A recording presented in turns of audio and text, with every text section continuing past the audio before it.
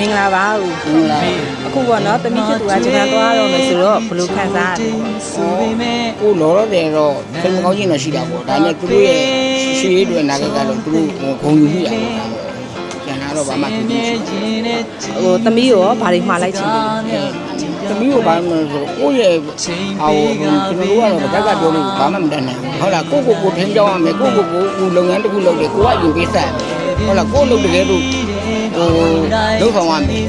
ငါတို့ဘာပဲလုပ်လို့ဆိုတာကိုလုပ်လို့ရဲ့သဘောထားအားအရာတိုင်းမှာပြည်လည်းမရှိပါဘူးညီမလေးရဲ့နာမည်နဲ့သွားမဲ့အလုပ်မျိုးစားနေတယ်နော်ကဲပါရှင်မိရတော့ပြည်တင်လို့ခေါ်ပါရှင်စတော့ကိုတော့ချင်းခချင်းဟောပါနဲ့တော့ပါပါရှင်အခုပေါ့နော်တကယ်ကြီးအိမ်မက်တွေကအကောင့်ထဲပေါ်လာပြီဆိုတော့စိတ်ထဲမှာဘယ်လိုခံစားရလဲအရန်လန်းဝမ်းသာတယ်ဝမ်းလန်းနေပေါ့နော်ခချင်းနဲ့ပန်းနိုင်လို့လေ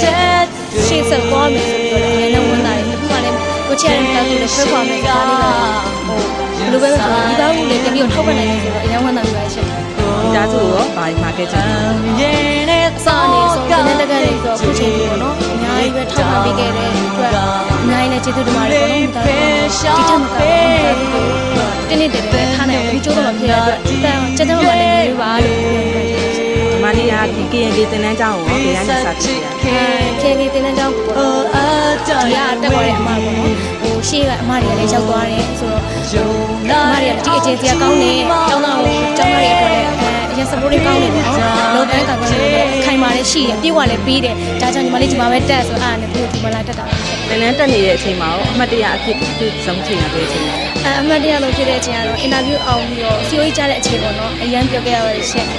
အင်တာဗျူးအောင်ဖို့အတွက်ဆိုရင်ဘယ်လိုတွေအဓိကထားပြီးတော့စူးစမ်းရအောင်အင်တာဗျူးအောင်ဖို့အတွက်ဆိုရင်ပေါ့နော်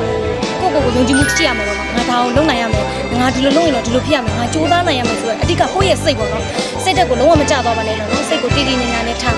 နံပါတ်1ချက်နဲ့မှားခြင်းနဲ့ပေါ့နော်ဒုတိယအချက်ကတော့